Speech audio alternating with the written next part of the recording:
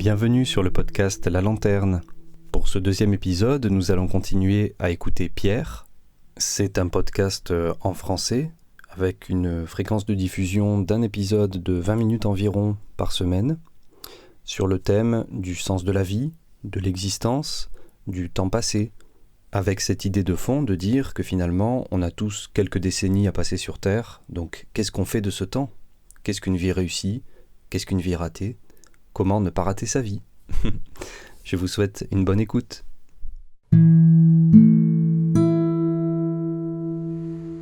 Qu'est-ce qui te fera dire à la fin de ta vie « j'ai bien utilisé mon temps » ou au contraire « là, j'ai mal utilisé mon temps » ? À toutes les étapes de la vie, on fait un bilan. Donc, je dirais le positif, le négatif, l'actif, le passif, je dirais on le fait habituellement. À la limite même, ne pas le faire, c'est inquiétant. Enfin, d'accord ? Mais ce qu'il y a, c'est que, disons quand on arrive, quelle est la formule élégante ? L'âge d'or. En clair, on a quitté la vie professionnelle, on a déjà assez de recul pour faire un bilan global. Pas des arrêtés ponctuels de compte, mais un bilan global. Et c'est là qu'on peut se dire, là en gros ça a marché. Ça a marché. Malgré les échecs, malgré les impasses, malgré les problèmes, malgré etc. En gros, ça a marché. Voilà. Si on part jeune avec l'idéal qu'on va réussir toute sa vie, que tout ce qu'on fera sera une réussite, on est mal parti. C'est beau comme idéal, voilà. Mais on est mal parti parce que ça ne pourra pas se passer comme ça. Ou alors vraiment, ce sera absolument exceptionnel, ne pas avoir de pépins dans sa vie, ne serait-ce que des pépins de santé. D'accord ? Donc voilà, une vie réussie, on peut faire des bilans provisoires, en quelque sorte, mais c'est surtout à la fin qu'on peut faire se dire, oui, c'est une réussite. Et qu'est-ce qui peut permettre de dire que la vie est réussie ? Tout à l'heure, je parlais de la plus haute qualité de joie. Ça, c'est un peu le gouvernail, quand on a des choix à prendre. Mais après, au niveau du bilan, je dirais que c'est surtout ce qu'on a donné, plus que ce qu'on a reçu. Quand j'étais étudiant, j'avais un voisin de chambre, 40 ans après, on a encore de grands amis, je vais même faire rencontrer son épouse, c'est ça, très bien. Et un soir, il vient me voir, on était dans le même couloir de chambre de bonne, vous savez, au 7e étage, sans ascenseur, c'était le temps où la bohème d'Aznavour. Et un soir, il me dit, je vais aller faire le pèlerinage de Chartres. Je lui dis, mais attends, tu pars comme ça, t'as rien ? Oui, parce que je demanderai aux autres. Je lui dis, t'es pas fou, t'es pas un peu égoïste, là ? Il m'a dit, tu comprends pas ? Je vais amener les autres à donner. Sur le moment, j'ai pas compris. C'est une leçon de sagesse qui m'a servi toute ma vie. C'est pas tellement oui, bien sûr, ce que les autres apportent, c'est beaucoup. Mais il me semble plus fondamentalement, c'est ce qu'on donne qui donne de la joie. Dans son métier. On a un job, on le fait le mieux possible. Quand je vais dans un magasin quelconque acheter quelque chose, que j'arrive à la caisse et que j'ai l'impression d'embêter la caissière, je me dis, elle n'est pas à sa place. À l'inverse, je connais un couple de commerçants, quand on y va, c'est tout de suite l'accueil personnel, personnalisé. Vous voyez ? La première fait bien son métier, mais elle ne va rien en retirer. La seconde, sa joie, c'est de retrouver ses clients. Ça change tout. Voilà. Plus ce qu'on a donné que ce qu'on a reçu. Et je crois que ça va assez loin parce que on peut se retrouver avec une vie manquée au plan familial, au plan professionnel, au plan de la santé. Je pense à des handicapés, par exemple, des handicapés physiques. Et en même temps, avoir une grande joie de fond pour tout ce qu'on a donné.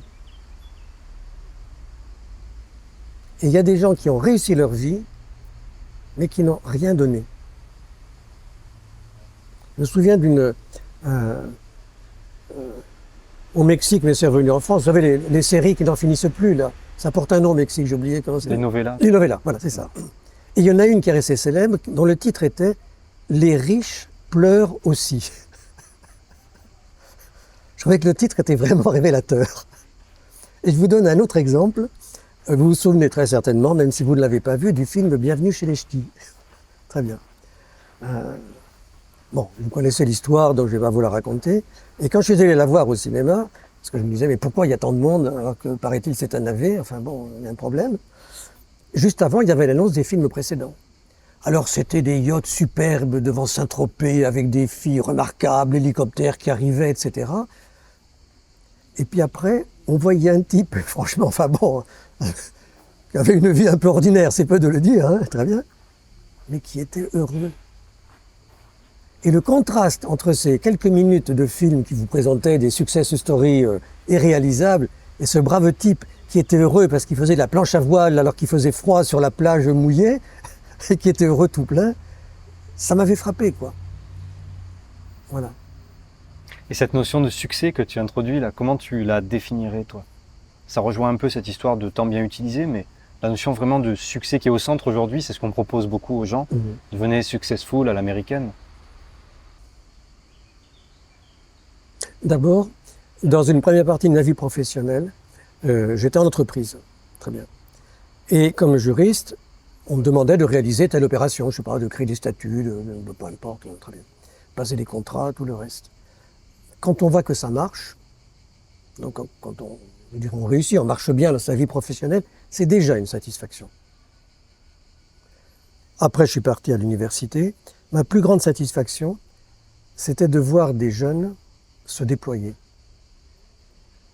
Au fond, alors c'est du grec paraît-il, enfin bon, je suis même sûr, mais le pédagogue, c'est celui qui fait grandir le plus jeune. Oui, c'est ça. Et c'est pareil dans une vie familiale. Oui. Quand on fait grandir. J'ai une amie qui est infirmière dans les services de soins palliatifs. Donc vous voyez à peu près ce que ça veut dire. Voir des gens avancer vers la mort, je ne dis pas en retrouvant le moral, mais d'une façon détendue, en acceptant la situation paisiblement, en s'ouvrant de choses très profondes envers des membres de leur famille, etc. Pour une infirmière qui aboutit à ce résultat, enfin toute une équipe, hein, c'est pluridisciplinaire, c'est un beau résultat. Voilà. Donc il y a différents types de beaux résultats. Voilà. Même un jardinier qui... on lui confie un terrain qui est en broussailles et on lui demande de le transformer en jardin. Quand il a réussi un beau jardin, même si un gel ou de la grêle peuvent peut-être l'anéantir 2 ans après, mais réaliser un beau jardin, c'est une vraie satisfaction. Parce qu'on a déployé ce qu'on avait de meilleur en soi, enfin, dans le domaine professionnel. Donc, réussir sa vie, voilà, il y a ça. Et puis tout à l'heure, je disais, et je crois que c'est important aussi, réussir sa vie, c'est avoir beaucoup donné. Je crois que en fin de vie, on peut être triste quand on réalise qu'on a beaucoup pris et pas beaucoup donné. C'est vrai aujourd'hui, par exemple, les écoles de commerce. Vous avez maintenant des jeunes qui, je pense à HEC par exemple, qui ont tout pour réussir, qui travaillent 10 ans comme des fous, bon, même s'ils réussissent, et qui après se posent la question du sens. La question du sens. À quoi ça sert? Pour moi, même s'ils réussissent professionnellement pour leurs clients. Mais pour moi, qu'est-ce que ça m'apporte? J'ai beaucoup donné, mais je n'ai rien reçu. Enfin si, j'ai reçu de l'argent, enfin bon, la satisfaction du travail bien fait, mais il y a quelque chose qui me manque. Voilà. Alors je ne suis pas du tout psychologue, encore moins psychanalyste, mais un vague souvenir de terminale. Jung, le disciple de Freud, disait les forces de vie et les forces de mort. Eros et Thanatos. Et il analysait, c'est ça qui est intéressant, Eros, c'est l'ouverture aux autres, et Thanatos, c'est le repli sur soi. Et je pense qu'une vraie réussite, c'est une vie qui est ouverte sur les autres. Observez, j'aime beaucoup observer. Observez une terrasse de café, banale, ou au restaurant. Une famille ou des amis, peu importe. Il y en a 3 qui parlent, 2, et tous les autres écoutent. On va passer une très bonne soirée, oui, mais en fait, les autres n'auront, je veux dire, quasiment rien apporté. Eh bien, à mon avis, celui qui a beaucoup donné n'a quasiment rien reçu. Et je considère que c'est une conversation ratée. Si l'autre ne vous apporte plus, si vous pensez que vous êtes suffisant, on le voit même en entreprise. Vous embauchez maintenant des jeunes qui viennent vous dire ce qu'il faut faire, quoi, quand vous avez 20 ans de métier. C'est pas moi qui le dis, c'est les DRH du CAC 40. Ça pose un problème. Vous imaginez, j'oublie le côté professionnel, mais au niveau personnel, ce que ça signifie. On n'a rien à attendre des autres. Même dans un couple, celui qui veut tout apprendre à son conjoint, ou qui veut à tout prix forcer le conjoint à partager les mêmes goûts que les siens, il y a un problème. Oui. Réussir sa vie, voilà, c'est apprendre à beaucoup recevoir. Accueillir. Accueillir. Regardez dans une famille, les grands-parents par rapport aux parents. A priori, les grands-parents ont souvent plus de temps. Donc ils ont plus de temps pour les petits-enfants. Les parents, malgré leur bonne volonté, sont pris par mille choses. Très bien. Mais voilà, les parents qui s'ouvrent aux petits-enfants, regardez le bien que ça leur fait, combien il y a des liens qui se créent. Voilà, une vie réussie, voilà, c'est aussi avoir beaucoup reçu, même au niveau le plus modeste. C'est pas la quantité, toujours la même chose. Hein. Il y a des gens qui ne sont jamais sortis de leur village ou handicapés de leurs établissements de soins, etc. et qui en fait ont beaucoup reçu. Et tu as introduit la notion du sens. Alors je voulais te demander, c'est quoi pour toi le sens de la vie? Alors, je ne voudrais pas apparaître pédant, mais je dirais que sens a deux significations. Et en allemand, bon, il y a Meinung et Richtung, c'est-à-dire la signification et la direction. Voilà. Donc on a un peu vu la signification, on revient un peu à la direction, le sens. Dans une société en situation très difficile, pensez à des pays subsahariens, pensez, etc. Le sens de la vie, d'abord, c'est de survivre. Et ça me paraît important. Donc, le sens n'est pas le même selon le contexte. D'accord.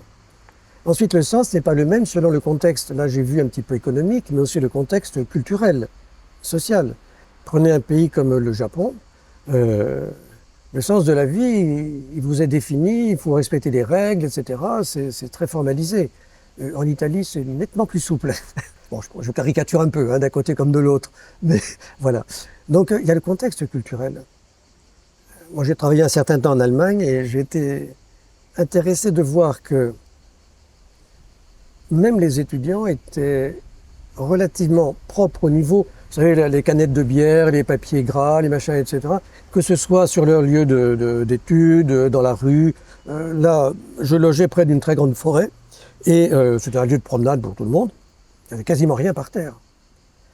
Mais les mêmes à l'étranger sont plus sales que beaucoup d'autres. D'accord ? Donc il y a un contexte, si vous voulez, qui vous donne, qui vous oriente quoi, dans votre sens de la vie. De même, j'ai eu un étudiant allemand, on est resté de très très bons amis bien longtemps après, encore aujourd'hui, dentiste. Bon, dentiste, très bien. Mais il ne rêvait que d'une chose, passer une thèse d'odontologie, parce que dans sa famille, il y avait d'autres docteurs, il était impensable qu'il ne soit pas docteur lui aussi. Et un beau jour, il a pu, même sur son adresse internet, mettre « doctor ». Impressionnant. Impressionnant. Donc, il y a tout un contexte. Dans le monde anglo-saxon, le sens de la vie, c'est réussir. Attention, avec beaucoup de nuances, hein, c'est pas vrai pour tous. Une dominante, c'est réussir. Regardez Donald T, j'ai oublié son nom, vous savez, l'ancien président américain, très bien. Oublions le caractère du bonhomme. Mais s'il a réussi au niveau professionnel, en tout cas c'est l'image qu'il donne, donc il réussira ailleurs. Vous voyez ? On fera confiance à quelqu'un qui a déjà réussi dans la vie. Nous, on va élire quelqu'un qui a des idées. Vous voyez la différence ? Je prends un autre exemple. Bon, là, nous sommes sur Aix-en-Provence. Aix-en-Provence a la deuxième grosse cour d'appel de France, donc il y a beaucoup d'avocats. Très bien. Et puis, il y a quand même une tradition juridique très ancienne, etc. Puis une grande fac de droit. Bon. Pour beaucoup de parents, pendant longtemps, réussir dans la vie, c'était être avocat. Même si on mangeait des pommes de terre à midi. Un peintre gagne 3 fois plus parfois que les avocats. Mais lui, il ne réussit pas. Vous voyez, voilà. Et donc, on va être conditionné en se disant, il n'a pas réussi, il est peintre. Ou il est plombier, ou il est couvreur. Voilà. Donc, vous voyez, il y a toute une palette de sens de la vie. Chacun peut penser réussir dans sa voie. Vous avez je parlais des avocats, vous avez des grands avocats qui prennent toutes les causes perdues parce qu'on en parle. Ça leur fait une réputation. Et même ils vont perdre, mais ça leur est complètement égal. Mais voilà, dans leur carrière, on parlera d'eux, ils auront un nom, tout ça, ils vont écrire les revues, tout ça, très bien. En attendant, le plombier, moi je suis étonné, celui qui me livre le fioul, il a un bateau en Espagne. J'aurais pas les moyens de me le payer. Voilà. Sens de la vie, il n'y en a pas un. Le sens de la vie. Voilà. Mais ce qui peut être intéressant, c'est de s'interroger sur les autres sens de la vie.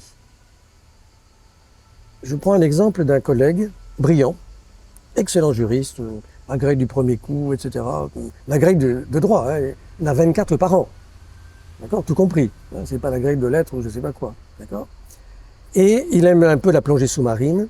Et il y a quelques années, il y a eu un problème d'alimentation en gaz, hein, c'est un gaz très bien, et il a failli y rester. Autrement dit, il a frôlé la mort, et pendant 1 ou 2 minutes, il a eu conscience de ça. Eh bien, il est revenu de cet accident complètement changé. Son sens de la vie a changé du jour au lendemain. Non pas qu'il ne reste pas bon prof, qu'il fasse bien son job, tout ça, très bien. Mais il a découvert qu'il y avait d'autres valeurs dans la vie. J'ai fréquenté aussi, hélas, mais pas pour moi, mais pour des amis, les services de réanimation dans les hôpitaux, indépendamment du Covid. Je me souviens une fois, alors vous savez, on passe les uns après les autres, avec les masques, les machins, la blouse et tout le reste. Il y avait une bande de jeunes, et je pense qu'un de leurs copains s'était fait sacrément tabasser, et vraiment en mauvais état, quoi.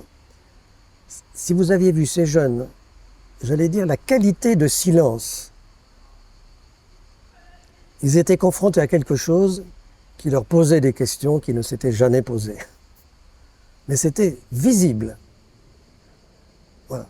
Donc parfois, voilà, on peut avoir un sens de la vie et puis se dire qu'après tout, ça peut m'arriver aussi et comment je verrai les choses. Comment je verrai les choses.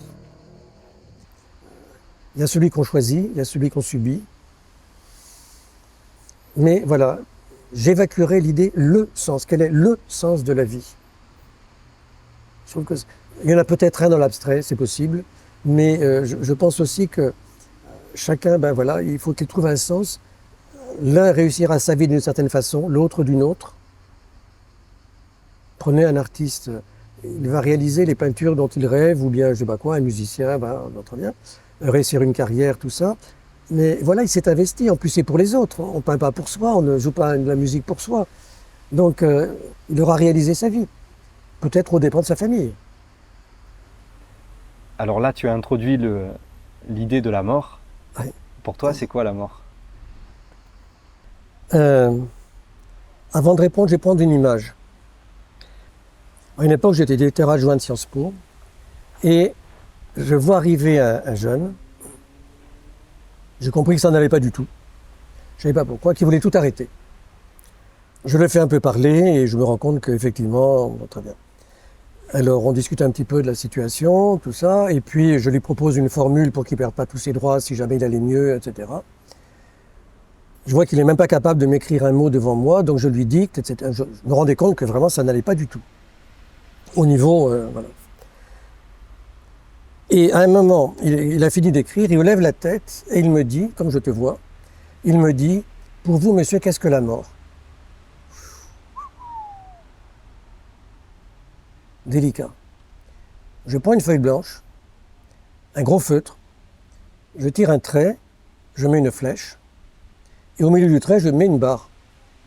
Je dis, pour moi, la mort, c'est ça. Il me regarde. Alors, c'était lourd comme discussion parce qu'il y avait plein de silence. Il me dit, vous êtes chrétien? Il me fait. Bon, je lui dis oui, c'est pas un secret, très bien. Pour vous, il y a quelque chose après la mort. Écoutez bien ce qu'il m'a répondu.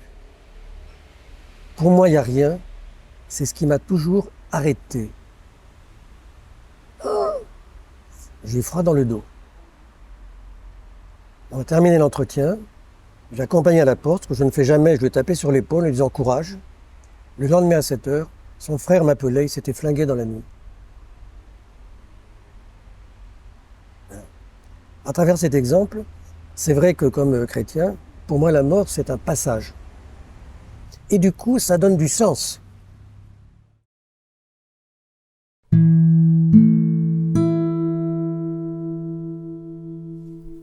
Merci d'avoir pris le temps d'écouter cet épisode du podcast La Lanterne. N'hésitez pas à revenir la semaine prochaine pour un autre épisode et aussi à partager celui-ci. Merci.